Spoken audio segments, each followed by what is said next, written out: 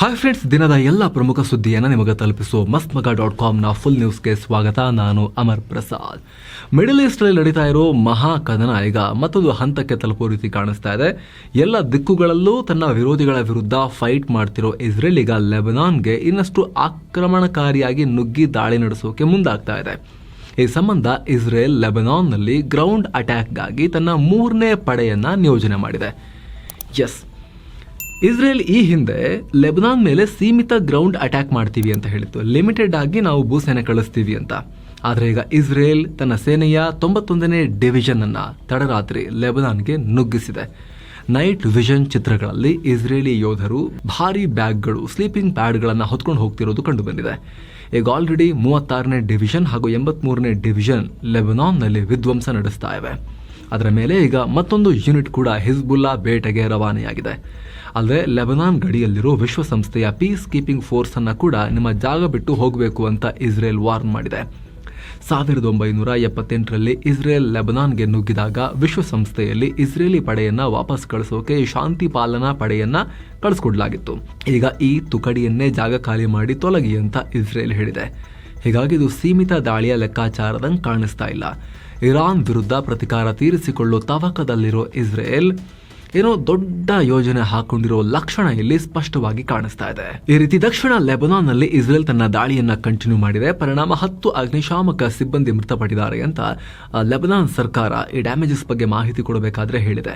ಮತ್ತೊಂದು ಕಡೆ ಲೆಬನಾನ್ ಮೇಲೆ ಇಸ್ರೇಲ್ ಭಯಾನಕ ದಾಳಿ ನಡೆಸ್ತಿರೋ ವಿಚಾರವಾಗಿ ಜೋರ್ಡನ್ ಕಿಡಿಕಾರಿದೆ. ಗಾಜಾದಿಂದ ಶುರುವಾಗಿರೋ ಇಸ್ರೇಲ್ನ ಆಕ್ರಮಣಕಾರಿ ನಡೆ ಇಡೀ ಮಿಡಲ್ ಈಸ್ಟ್ ಅನ್ನೇ ಪೂರ್ಣ ಯುದ್ಧದ ಪ್ರಪಾತಕ್ಕೆ ತಳ್ಳೋ ರೀತಿ ಕಾಣಿಸ್ತಾ ಇದೆ ಅಂತ ಜೋರ್ಡನ್ ವಿದೇಶಾಂಗ ಮಂತ್ರಿ ಐಮನ್ ಸಫಾದಿ ಹೇಳಿಕೆಯನ್ನು ಕೊಟ್ಟಿದ್ದಾರೆ. ಇಸ್ರೇಲ್ ವಿರುದ್ಧ ಕಿಡಿಕಾರಿದ್ದಾರೆ. ಏನೋ ಗಾಜಾದಲ್ಲಿ ನರಮೇಧ ನಡೆಸಿರೋ ವಿಚಾರವಾಗಿ ಇಸ್ರೇಲ್ ತಕ್ಕ ಬೆಲೆ ತೆರಬೇಕಾಗತ್ತೆ ಅಂತ ಟರ್ಕಿ ಅಧ್ಯಕ್ಷ ರೆಸಿಪ್ ತಯ್ಯಿಪ್ ಎರ್ಡೋಗನ್ ದೊಡ್ಡ ವಾರ್ನಿಂಗ್ ಕೊಟ್ಟಿದ್ದಾರೆ. ಅಲ್ಲದೆ ಗಾಜಾದಲ್ಲಿ ಇಸ್ರೇಲ್ ನಡೆಸ್ತಿರೋ ಭೀಕರ ದಾಳಿಗೆ ಅದು ಈಗ ಅಥವಾ ಆ ನಂತರ ಲೇಟ್ ಆಗಿ ಒಟ್ಟಿನಲ್ಲಿ ಬೆಲೆ ತೆರೋದು ಗ್ಯಾರಂಟಿ, ಅದನ್ನು ಮರಿಬಾರದು ಅಂತ ಟರ್ಕಿಯ ಅಧ್ಯಕ್ಷ ಎರ್ಡೋಗನ್ ತಾಕೀತು ಮಾಡಿದ್ದಾರೆ. ಅತ್ತ ತನ್ನ ಹೈಫಾ ನಗರದ ಮೇಲೆ ಹಿಜ್ಬುಲ್ಲಾಗಳು ಕ್ಷಿಪಣಿ ದಾಳಿ ಮಾಡಿರೋ ಬಗ್ಗೆ ಇಸ್ರೇಲ್ ತನಿಖೆಯನ್ನು ಶುರು ಮಾಡಿದೆ. ಅಂದಹಾಗೆ ಈ ಘಟನೆಯಲ್ಲಿ ಇಸ್ರೇಲ್ನ ಕೆಲ ಕಟ್ಟಡಗಳು ಧ್ವಂಸ ಆಗಿದ್ವು. ಅದರ ಬೆನ್ನಲ್ಲೇ ಈಗ ತನ್ನ ಸೇನಾ ವಿಫಲತೆಯನ್ನ ತಿಳಿಯೋಕೆ ತನಿಖೆಯನ್ನ ಇಸ್ರೇಲ್ ಆರಂಭ ಮಾಡಿದೆ ಅನ್ನೋ ಮಾಹಿತಿ ಲಭ್ಯ ಆಗ್ತಾ ಇದೆ. ಇನ್ನು ಸದ್ಯ ಭಾರತ ಪ್ರವಾಸದಲ್ಲಿರೋ ಮಾಲ್ಡೀವ್ಸ್ ಅಧ್ಯಕ್ಷ ಮೊಹಮ್ಮದ್ ಮುಯಿಜು ಪ್ರಧಾನಿ ಮೋದಿ ಅವರನ್ನ ಮೀಟ್ ಮಾಡಿ ಮಾತುಕತೆ ನಡೆಸಿದ್ದಾರೆ. ಅರೆ, ಇದು ಅದೇ ಮುಯಿಜುನಾ ಅಂತ ಆಶ್ಚರ್ಯ ಆಗೋ ರೀತಿಯಲ್ಲಿ ಮಾಲ್ಡೀವ್ಸ್ ಅಧ್ಯಕ್ಷ ತಮಗೆ ಬೇಕಾಗಿದ್ದನ್ನ ಇಸ್ಕೊಂಡು ಹೋಗಿದ್ದಾರೆ. ಭಾರತ ಕೂಡ ತುಂಬಾ ವಿಶಾಲ ಹೃದಯದಿಂದ ಕೈ ತುಂಬಾ ಕೊಟ್ಟು ಕಳಿಸಿದೆ. ಈ ಬಗ್ಗೆ ಮಾತನಾಡಿರೋ ಮೋದಿ, ಸಂಕಷ್ಟದಲ್ಲಿ ಮಾಲ್ಡೀವ್ಸ್ಗೆ ಭಾರತ ಯಾವಾಗಲೂ ಕೂಡ ಫಸ್ಟ್ ರೆಸ್ಪಾಂಡರ್, ಅಂದರೆ ಅಗ್ನಿಶಾಮಕ ದಳದ ರೀತಿ ನಾವು ಮಾಲ್ಡೀವ್ಸ್ ಪಾಲಿಗೆ ಅಂತ ಹೇಳಿದ್ದಾರೆ. ನೆನಪು ಮಾಡಿದ್ದಾರೆ ಅವರಿಗೆ, ಕಷ್ಟ ಬಂದಾಗ ನಾವೇ ಬೇಕಾಗದು ನಿಮಗೆ ಅಂತ. ಆರ್ಥಿಕ ಸಂಕಷ್ಟದಲ್ಲಿರೋ ಮಾಲ್ಡೀವ್ಸ್ಗೆ ಭಾರತ ನೆರವನ್ನ ಕೊಡುತ್ತೆ ಅಂತ ಅನೌನ್ಸ್ ಮಾಡಿದ್ದಾರೆ. ಅಲ್ಲದೆ ಈ ವರ್ಷ SBI ಮಾಲ್ಡೀವ್ಸ್ನ ಖಜಾನೆಗೆ 830 ಕೋಟಿ ರೂಪಾಯಿ ಸಾಲ ಕೊಟ್ಟಿದೆ. ಆಲ್ರೆಡಿ ಮಾಲ್ಡೀವ್ಸ್ನ ಅವಶ್ಯಕತೆಗೆ ಬೇಕಾದ 3,320 ಕೋಟಿ ರೂಪಾಯಿ ಹಾಗೂ ಪ್ರಸ್ತುತ 3,000 ಕೋಟಿ ರೂಪಾಯಿ ಮೌಲ್ಯದ ಸ್ವಾಪ್ ಅಂದರೆ ಈ ಕ್ಯಾಶ್ ಟ್ರಾನ್ಸ್ಫರ್ ಅಗ್ರಿಮೆಂಟ್ಗೂ ಸೈನ್ ಹಾಕಿರೋದಾಗಿ ಮೋದಿ ಹೇಳಿದ್ದಾರೆ. ಮಾಲ್ಡೀವ್ಸ್ ತೀವ್ರ ಆರ್ಥಿಕ ಸಂಕಷ್ಟದಲ್ಲಿತ್ತು. ಮಾಲ್ಡೀವ್ಸ್ ರಿಸರ್ವ್ $440 ಮಿಲಿಯನ್ ಕುಸಿತಿತ್ತು. ಅಂದರೆ 1.5 ತಿಂಗಳಿಗಾಗುವಷ್ಟು ಮಾತ್ರ ವಸ್ತುಗಳನ್ನು ಮಾಲ್ಡೀವ್ಸ್ ಆಮದು ಮಾಡ್ಕೋಬೋದಾಗಿತ್ತು. ಎಲ್ಲ ಆಮದೇ ಮಾಡಬೇಕು, ಅಲ್ಲೇನು ಜಾಸ್ತಿ ಏನು ಉತ್ಪತ್ತಿ ಇಲ್ಲ. ಹೀಗಾಗಿ ಭಾರತ ಈಗ ಹೆಲ್ಪ್ ಮಾಡಿದೆ. ಅಂದಹಾಗೆ ಭಾರತ ಈಗ ಆಲ್ರೆಡಿ ಮಾಲ್ಡೀವ್ಸ್ಗೆ ಇನ್ಫ್ರಾ ಮತ್ತು ಸಾಕಷ್ಟು ಅಭಿವೃದ್ಧಿ ಯೋಜನೆಗಳಿಗೆ 11.6 ಸಾವಿರ ಕೋಟಿ ರೂಪಾಯಿ ಕೊಟ್ಟಿದೆ. ಅದರ ಮೇಲಿದು ಎಕ್ಸ್ಟ್ರಾ ಏನೋ ಮಾಲ್ಡೀವ್ಸ್ಗೆ ಆರ್ಥಿಕ ನೆರವನ್ನು ಕೊಟ್ಟಿರೋ ವಿಚಾರವಾಗಿ ಭಾರತಕ್ಕೆ ಮುಯಿಜು ಧನ್ಯವಾದ ಹೇಳಿದ್ದಾರೆ. ಹೆಚ್ಚಿನ ಸಂಖ್ಯೆಯಲ್ಲಿ ಭಾರತೀಯ ಪ್ರವಾಸಿಗರು ಮಾಲ್ಡೀವ್ಸ್ಗೆ ನೀವು ಬರಬೇಕು ಅಂತ ಹೇಳಿದ್ದಾರೆ. ಅಂದಹಾಗೆ ಮುಯಿಜು ಅವರ 5 ದಿನಗಳ ಭಾರತ ಪ್ರವಾಸ ಅಕ್ಟೋಬರ್ 10ಕ್ಕೆ ಮುಗಿಯುತ್ತೆ. ಈಗ ನೀವು ಬರಬೇಕು ಅಂತ ಹೇಳ್ತಿರೋ ಮುಯಿಜುಗೆ ಭಾರತದ ವಿರುದ್ಧ ಅವಹೇಳನಕಾರಿಯಾಗಿ ಮಾತನಾಡಬೇಕಾದ್ರೆ ಅವರಿಗೆ ಮತ್ತು ಅವರ ಕ್ಯಾಬಿನೆಟ್ ಸದಸ್ಯರಿಗೆ ಅವಾಗ ಗೊತ್ತಿರಲಿಲ್ಲ ಅಂತ ಕಾಣುತ್ತೆ. ಅದರಲ್ಲಿ ಮುಯಿಜು ಅಂತೂ ಇಂಡಿಯಾವನ್ನ ಹೊರಗೆ ಹಾಕ್ತೀವಿ ಅಂತ ಹೇಳಿ ಎಲೆಕ್ಷನ್ ನಡೆಸಿ ಗೆದ್ದೇ ಅಲ್ಲಿ ಈಗ ಅಧಿಕಾರಕ್ಕೆ ಬಂದಿರೋದು. ಅಕ್ಟೋಬರ್ 8 ಅಂದರೆ ನಾಳೆ ಹರಿಯಾಣ ಮತ್ತು ಜಮ್ಮು ಕಾಶ್ಮೀರ ವಿಧಾನಸಭಾ ಚುನಾವಣೆಯ ವೋಟ್ ಕೌಂಟ್, ಮತ ಎಣಿಕೆ ನಡೆಯುತ್ತೆ. ರಿಸಲ್ಟ್ 2 ರಾಜ್ಯಗಳಲ್ಲಿ INDIA ಒಕ್ಕೂಟ ಮೇಲುಗೈ ಸಾಧಿಸುತ್ತೆ ಅಂತ ಎಕ್ಸಿಟ್ ಪೋಲ್ಗಳು ಭವಿಷ್ಯವಾಣಿ ನೀಡುತ್ತಿವೆ. ಇದರ ನಡುವೆನೇ ಜಮ್ಮು ಕಾಶ್ಮೀರದಲ್ಲಿ ಅಚ್ಚರಿಯ ಬೆಳವಣಿಗೆಯಾಗಿದೆ. ಸರ್ಕಾರ ರಚಿಸೋಕೆ ಒಂದು ವೇಳೆ PDP ಬೆಂಬಲ ಕೊಡೋದಾದರೆ ನಾವು ಮುಕ್ತವಾಗಿ ಸ್ವಾಗತ ಮಾಡ್ತೀವಿ ಅಂತ ನ್ಯಾಷನಲ್ ಕಾನ್ಫರೆನ್ಸ್, ಅಬ್ದುಲ್ಲಾಗಳ ಪಾರ್ಟಿ ನ್ಯಾಷನಲ್ ಕಾನ್ಫರೆನ್ಸ್ NC ಹೇಳಿದೆ. ಎಕ್ಸಿಟ್ ಪೋಲ್ಗಳು ಜಮ್ಮು ಕಾಶ್ಮೀರದಲ್ಲಿ ಕಾಂಗ್ರೆಸ್ ಮತ್ತು ಎನ್ಸಿಯ ಈ ಮೈತ್ರಿಕೂಟ ಮೇಲುಗೈ ಸಾಧಿಸುತ್ತಾರೆ ಅಂತ ಹೇಳಿದ್ರು. ಒಟ್ಟಾರೆ ಸಂಖ್ಯೆ ಬಹುಮತದ ಅಂಚಿಗೆ ಬಂದು ಕೂರಬಹುದು ಮಿನಿಮಮ್ ಅಂತ ಹೇಳ್ತಿದ್ದಾರೆ ಎಕ್ಸಿಟ್ ಪೋಲ್ನವರು. ಹೀಗಾಗಿ ಫಾರೂಕ್ ಅಬ್ದುಲ್ಲಾ PDP ಸಪೋರ್ಟ್ ಮಾಡೋದಾದ್ರೆ ಮಾಡ್ಲಿ, ನಾವು ಸ್ವೀಕರಿಸ್ತೀವಿ ಬೆಂಬಲವನ್ನ ಅಂತ ಹೇಳಿದ್ದಾರೆ. ಕರ್ನಾಟಕ ರಾಜಕಾರಣದಲ್ಲಿ ಒಂದು ಇಂಪಾರ್ಟೆಂಟ್ ಬೆಳವಣಿಗೆಯಾಗಿದೆ. ಬಿಜೆಪಿಯ ರಾಜ್ಯಾಧ್ಯಕ್ಷ BY ವಿಜಯೇಂದ್ರ ಲೋಕೋಪಯೋಗಿ ಮಂತ್ರಿ ಸತೀಶ್ ಜಾರಕಿಹೊಳಿಯನ್ನ ದಿಢೀರಂತ ಭೇಟಿಯಾಗಿದ್ದಾರೆ. ಮೂಡಾ ಕೇಸ್ನಲ್ಲಿ ಸಿಎಂ ಸಿದ್ದರಾಮಯ್ಯ ವಿರುದ್ಧ ತನಿಖೆ ನಡೀತಾ ಇರುವಾಗಲೇ ಸಿಎಂ ಸ್ಥಾನಕ್ಕೆ ಸತೀಶ್ ಹೆಸರು ಮುನ್ನೆಲೆಗೆ ಬಂದಿರೋ ಹೊತ್ತಲ್ಲಿ ಇವರಿಬ್ಬರ ಭೇಟಿ ಸಾಕಷ್ಟು ಕುತೂಹಲ ಮೂಡಿಸಿದೆ. ಆದರೆ ನಾನು ಲೋಕೋಪಯೋಗಿ ಇಲಾಖೆ ಕೆಲಸದ ವಿಚಾರವಾಗಿ ಸತೀಶ್ರನ್ನ ಮೀಟ್ ಮಾಡಿ ಬಂದಿದ್ದೀನಿ ಅಷ್ಟೇ ಅಂತ ವಿಜಯೇಂದ್ರ ಹೇಳಿಕೆಯನ್ನು ಕೊಟ್ಟಿದ್ದಾರೆ. ಇನ್ನು ಈ ಭೇಟಿಗೆ ರಾಜಕೀಯ ಟಚ್ ಕೊಡೋದು ಸರಿಯಲ್ಲ, ಇಲಾಖೆಯ ಕೆಲಸಕ್ಕಷ್ಟೇ ಬಂದಿದ್ದಾರೆ ಅಂತ ಸತೀಶ್ ಹೇಳಿದ್ದಾರೆ. ಇದರ ಬೆನ್ನಲ್ಲೇ ಆತ ಕಾಂಗ್ರೆಸ್ ನಾಯಕ DK ಸುರೇಶ್ ಕೂಡ ಸತೀಶ್ ಜಾರಕಿಹೊಳಿ ನಿವಾಸಕ್ಕೆ ಭೇಟಿ ನೀಡಿ ಮಾತುಕತೆ ನಡೆಸಿದ್ದಾರೆ. ಅಲ್ಲೂ ಕೂಡ ಏನಿಲ್ಲ, ಇದು ಕಾಮಗಾರಿ ವಿಚಾರಕ್ಕೆ ಮಾತನಾಡಕ್ಕೆ ಬಂದಿರೋದು ಅಂತ DK ಸು ಹೇಳಿಕೆಯನ್ನು ಕೊಟ್ಟಿದ್ದಾರೆ. ಇನ್ನು ಇದೆಲ್ಲದರ ಮಧ್ಯೆ DCM DK ಶಿ AICC ಅಧ್ಯಕ್ಷ ಮಲ್ಲಿಕಾರ್ಜುನ ಖರ್ಗೆ ಅವರನ್ನ ಭೇಟಿಯಾಗಿ ಮಾತುಕತೆ ನಡೆಸಿದ್ದಾರೆ. ಹೀಗಾಗಿ ಸಿಎಂ ಬದಲಾವಣೆ ಕುರಿತು ರಾಜ್ಯದಲ್ಲಿ ಭಾರಿ ಚರ್ಚೆ ಗುಸುಗುಸು ಈಗ ನಡೆಯೋಕೆ ಶುರುವಾಗಿದೆ. ಒಂದ್ ಕಡೆ ಸಿಎಂ ವಿರುದ್ಧ ಮೂಡಾ ಕೇಸ್ನಲ್ಲಿ ತನಿಖೆ ನಡೀತಾ ಇದ್ರೆ, ಇನ್ನೊಂದ್ ಕಡೆ ರಾಜ್ಯ ಸರ್ಕಾರದಲ್ಲಿ ಜಾತಿ ಗಣತಿ ವರದಿ ವಿಚಾರ ಮುನ್ನೆಲೆಗೆ ಬಂದಿದೆ. ಜಾತಿ ಗಣತಿ ವರದಿ ವಿಚಾರವಾಗಿ ವಿಧಾನಸೌಧದಲ್ಲಿ ಸಿಎಂ ಸಿದ್ದರಾಮಯ್ಯ ನೇತೃತ್ವದಲ್ಲಿ ಮೀಟಿಂಗ್ ನಡೆದಿದೆ. ಅಹಿಂದ ನಾಯಕರು ಜಾತಿ ಗಣತಿ ವರದಿ ಜಾರಿ ಮಾಡುವಂತೆ ಕೋರಿದ್ದಾರೆ. ಅಕ್ಟೋಬರ್ 18ನೇ ತಾರೀಕು ನಡೆಯೋ ಸಂಪುಟ ಸಭೆಯಲ್ಲಿ ಈ ಬಗ್ಗೆ ಚರ್ಚೆ ನಡೆಯುತ್ತೆ. ಈ ಸಮೀಕ್ಷೆ ಕೇವಲ ಹಿಂದುಳಿದ ವರ್ಗಗಳ ಜಾತಿ ಸಮೀಕ್ಷೆ ಅಲ್ಲ, ರಾಜ್ಯದ 7 ಕೋಟಿ ಕನ್ನಡಿಗರ ಸಮೀಕ್ಷೆ ಅಂತ ಸಿಎಂ ಹೇಳಿದ್ದಾರೆ. ಪೋಕ್ಸೋ ಕೇಸ್ನಲ್ಲಿ ಅರೆಸ್ಟ್ ಆಗಿದ್ದ ಚಿತ್ರದುರ್ಗದ ಮುರುಘಾ ಮಠದ ಶಿವಮೂರ್ತಿ ಅವರಿಗೆ ಜಾಮೀನು ಕೊಡಲಾಗಿದೆ. ಚಿತ್ರದುರ್ಗದ 2ನೇ ಅಪರ ಜಿಲ್ಲಾ ಮತ್ತು ಸತ್ರ ನ್ಯಾಯಾಲಯ ಸಾಕ್ಷ್ಯಗಳ ವಿಚಾರಣೆ ಬಹುತೇಕ ಪೂರ್ಣಗೊಂಡ ಹಿನ್ನೆಲೆಯಲ್ಲಿ ಇವರಿಗೆ ಜಾಮೀನನ್ನ ಮಂಜೂರು ಮಾಡಿದೆ. ಅಂದಹಾಗೆ ಪೋಕ್ಸೋ ಕೇಸ್ ಒಂದರಲ್ಲಿ A1 ಆರೋಪಿಯಾಗಿರೋ ಇವರಿಗೆ ಹೈಕೋರ್ಟ್ ಜಾಮೀನು ಕೊಟ್ಟಿತ್ತು. ಆದರೆ ಆರೋಪಿ ಸಾಕ್ಷ್ಯಗಳ ಮೇಲೆ ಪ್ರಭಾವ ಬೀರೋ ಸಾಧ್ಯತೆ ಇರೋದ್ರಿಂದ ಜಾಮೀನು ಆದೇಶ ಪ್ರಶ್ನಿಸಿ ಸುಪ್ರೀಂ ಕೋರ್ಟ್ನಲ್ಲಿ ಅರ್ಜಿ ಸಲ್ಲಿಕೆಯಾಗಿತ್ತು.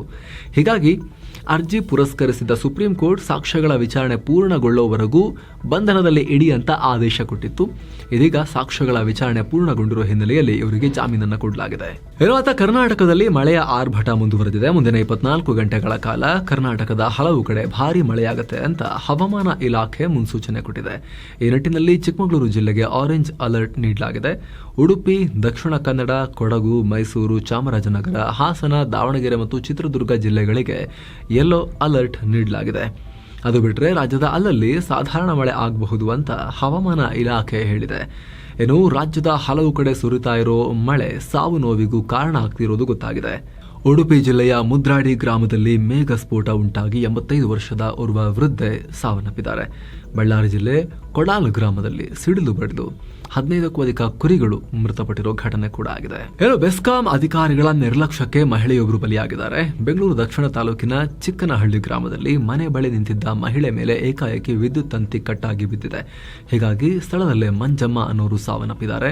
ಈ ಹಿನ್ನೆಲೆಯಲ್ಲಿ ಕರ್ತವ್ಯ ನಿರ್ಲಕ್ಷ್ಯ ಆರೋಪದಡಿ ಬೆಸ್ಕಾಂ ಅಧಿಕಾರಿಗಳ ವಿರುದ್ಧ FIR ಆಗಿದೆ. ತಮಿಳುನಾಡಿನ ಮರೀನಾ ಬೀಚ್ನಲ್ಲಿ ಭಾರತೀಯ ವಾಯುಸೇನೆ ನಡೆಸಿದ ಏರ್ ಶೋ ವೇಳೆ ಡಿಹೈಡ್ರೇಷನ್ಗೊಳಗಾಗಿ 5 ಪ್ರಾಣ ಕಳ್ಕೊಂಡಿದ್ದಾರೆ. ಭಾನುವಾರ ಮಧ್ಯಾಹ್ನ ಸುಮಾರು 2 ರಿಂದ 3 ಗಂಟೆವರೆಗೆ ನಡೆದ ಈ ಏರ್ ಶೋ ನೋಡೋಕೆ 1 ಗಂಟೆಗೂ ಮುಂಚೆನೆ ಸುಡು ಬಿಸಿಲಲ್ಲಿ ಸಾವಿರಾರು ಜನ ಮರೀನಾ ಬೀಚ್ನಲ್ಲಿ ಸೇರಿದ್ರು. ಆಮೇಲೆ ನೀರು ಸರಿ ಕುಡಿದಿಲ್ಲ ಇವರು, ಸಿಕ್ಕಾಪಟ್ಟೆ ಬಿಸಿಲು ಬೇರೆ ಇತ್ತು. ಡಿಹೈಡ್ರೇಷನ್ಗೊಳಗಾಗಿ ಈ ರೀತಿ ಪ್ರಾಣ ಕಳ್ಕೊಂಡಿದ್ದಾರೆ ಒಂದೇ ಜಾಗದಲ್ಲಿ. ಅಷ್ಟು ಮಾತ್ರ ಅಲ್ಲ, ಸುಮಾರು 100 ಜನ ಸ್ಥಳೀಯ ಆಸ್ಪತ್ರೆಗೆ ಸೇರಿ ಚಿಕಿತ್ಸೆ ಪಡೆಯುವ ಮಟ್ಟಿಗಾಗಿದೆ. ಮೃತರ ಕುಟುಂಬಕ್ಕೆ ತಮಿಳುನಾಡು ಸಿಎಂ MK ಸ್ಟಾಲಿನ್ ತಲಾ 5 ಲಕ್ಷ ರೂಪಾಯಿ ಪರಿಹಾರ ನಿಧಿಯನ್ನ ಘೋಷಿಸಿದ್ದಾರೆ. ಅಲ್ಲದೆ ಏರ್ ಶೋ ವೇಳೆ ಭಾರತೀಯ ವಾಯುಪಡೆ ಕೋರಿದ್ದಕ್ಕಿಂತ ಹೆಚ್ಚಿನ ಸಹಕಾರವನ್ನ ರಾಜ್ಯದ ಅಧಿಕಾರಿಗಳು ಕೊಟ್ಟಿದ್ದಾರೆ ಅಂತ ಸ್ಟಾಲಿನ್ ಹೇಳಿದ್ದಾರೆ. ಘಟನೆಗೆ DMK ಸರ್ಕಾರದ ನಿರ್ಲಕ್ಷ್ಯವೇ ಕಾರಣ ಅಂತ ಮತ್ತೊಂದು ಕಡೆ ವಿಪಕ್ಷಗಳಾಗಿರೋ AIADMK, BJP ಭಾರಿ ಆಕ್ರೋಶ ವ್ಯಕ್ತಪಡಿಸಿವೆ. ಏನೋ ಪ್ರವಾದಿ ಮಹಮ್ಮದರ ಬಗ್ಗೆ ಯತಿ ನರಸಿಂಹಾನಂದ ಸ್ವಾಮೀಜಿ ಅವಹೇಳನಕಾರಿ ಹೇಳಿಕೆ ಕೊಟ್ಟಿರುವುದು ಭಾರಿ ವಿವಾದಕ್ಕೆ ಕಾರಣ ಆಗ್ತಾ ಇದೆ. ಇದರ ನಡುವೆನೆ UP CM ಯೋಗಿ ಆದಿತ್ಯನಾಥ್ ದೊಡ್ಡ ಎಚ್ಚರಿಕೆಯನ್ನು ಕೊಟ್ಟಿದ್ದಾರೆ ಈ ರೀತಿ ಹೇಳಿಕೆ ಕೊಡೋರ ಬಗ್ಗೆ.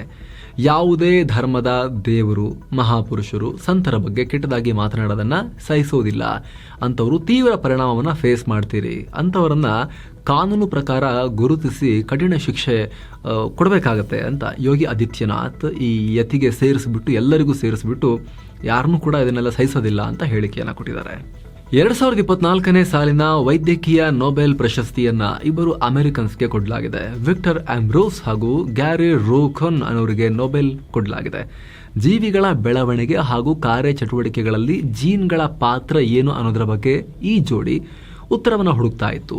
ಈ ವೇಳೆ ಮೈಕ್ರೋ RNA ಆವಿಷ್ಕಾರ ಮಾಡಿದಕ್ಕಾಗಿ ಇವರಿಗೆ ನೊಬೆಲ್ ಲಭಿಸಿದೆ. ಕಳೆದ ವಾರ ಕೆಂಪು ಪಟ್ಟಿಯಲ್ಲಿ ಕೊನೆಗೊಂಡಿದ್ದ ಭಾರತದ ಷೇರುಪೇಟೆ ವಾರದ ಮೊದಲ ಸೆಷನ್ನಲ್ಲೂ ಈ ವೀಕ್ ಟ್ರೆಂಡ್ ಅನ್ನೇ ಮುಂದುವರೆಸಿದೆ. ಇರಾನ್ ಇಸ್ರೇಲ್ ನಡುವಿನ ಸಂಘರ್ಷ ಹಾಗೂ ಇನ್ನಿತರ ಕಾರಣಗಳಿಂದ, ವಿಶೇಷವಾಗಿ ಚೈನೀಸ್ ಸ್ಟಿಮ್ಯುಲಸ್ ಕಾರಣದಿಂದ ಹೂಡಿಕೆದಾರರು ಬಹಳ ಎಚ್ಚರಿಕೆಯಿಂದ ಟ್ರೇಡಿಂಗ್ ನಡೆಸಿದ್ದಾರೆ. ಸಿಕ್ಕಾಪಟ್ಟೆ ಪ್ರಾಫಿಟ್ ಬುಕ್ಕಿಂಗ್ ಆಗಿದೆ, ಸೆಲ್ಲಿಂಗ್ ನಡೀತಾ ಇದೆ. ಪ್ರತ್ಯೇಕ ವರದಿಯನ್ನು ಮಾಡಿದ್ದೀವಿ, ಇವತ್ತು ನೀವು ಅದನ್ನು ಚೆಕ್ ಕೂಡ ಮಾಡಬಹುದು. ಮಿಡ್ ಮತ್ತು ಸ್ಮಾಲ್ ಕ್ಯಾಪ್ ಕಂಪನಿಗಳು ಲಾಸ್ ಮಾಡ್ಕೊಳ್ಳೋದನ್ನು ಮುಂದುವರೆಸಿವೆ. ದಿನದ ವಹಿವಾಟಿನ ಅಂತ್ಯಕ್ಕೆ ಸೆನ್ಸೆಕ್ಸ್ 638 ಪಾಯಿಂಟ್ ಬಿದ್ದು 81,050ಕ್ಕೆ, ನಿಫ್ಟಿ 219 ಪಾಯಿಂಟ್ ಬಿದ್ದು 24,795ಕ್ಕೆ ರೀಚ್ ಆಗಿದೆ. ಡಾಲರ್ ಮುಂದೆ ರೂಪಾಯಿ ಮೌಲ್ಯದಲ್ಲಿ ಹೆಚ್ಚು ಚೇಂಜಸ್ ಆಗಲಿಲ್ಲ, 2 ಪೈಸೆ ಡೌನ್ ಆಗಿ 83.99 ಆಗಿದೆ. ಚಿನ್ನ ಮತ್ತು ಬೆಳ್ಳಿ ಬೆಲೆ ವಿಚಾರಕ್ಕೆ ಬಂದರೆ 24 ಕ್ಯಾರೆಟ್ನ 10 ಗ್ರಾಂ ಚಿನ್ನದ ಬೆಲೆಯಲ್ಲಿ 31 ರೂಪಾಯಿ ಕಮ್ಮಿಯಾಗಿ 75,933 ರೂಪಾಯಿ ಆಗಿದೆ. 22 ಕ್ಯಾರೆಟ್ನ 10 ಗ್ರಾಂ ಚಿನ್ನದ ಬೆಲೆಯಲ್ಲಿ 23 ರೂಪಾಯಿ ಕಮ್ಮಿಯಾಗಿ 69,560 ರೂಪಾಯಿ ಆಗಿದೆ. 1 ಕೆಜಿ ಬೆಳ್ಳಿ ಬೆಲೆಯಲ್ಲಿ 260 ರೂಪಾಯಿ ಡೌನ್ ಆಗಿ 91,940 ರೂಪಾಯಿ ಆಗಿದೆ. ಸೊ ಫ್ರೆಂಡ್ಸ್, ಇದಾಗಿತ್ತು ಇವತ್ತಿನ ಫುಲ್ ನ್ಯೂಸ್. ನಾವು ಕೊಯ್ದಿಲ್ಲ, ಎಳೆದಿಲ್ಲ, ಕಿರ್ಚಾಡಿಲ್ಲ, ಕೇವಲ ಸುದ್ದಿಯ ರೀತಿಯಲ್ಲಿ ನಿಮಗೆ ತಲುಪಿಸೋ ಪ್ರಯತ್ನವನ್ನ ಮಾಡಿದ್ದೀವಿ. ನಮ್ಮ ಈ ಪ್ರಯತ್ನ ನಿಮಗೆ ಇಷ್ಟ ಆಗ್ತಾ ಇದ್ರೆ ದಯವಿಟ್ಟು mastmaga.com ನ ಚಾನಲ್ಗೆ ಸಬ್ಸ್ಕ್ರೈಬ್ ಮಾಡಿ, ಪಕ್ಕದ ಬೆಲ್ ಐಕಾನ್ ಮೇಲೆ ಕ್ಲಿಕ್ ಮಾಡೋದನ್ನ ಯಾವುದೇ ಕಾರಣಕ್ಕೂ ಮರಿಬೇಡಿ. Thank you so much. ಮತ್ತೆ ಭೇಟಿ ಆಗ್ತಿರೋಣ. ನಮಸ್ತೆ.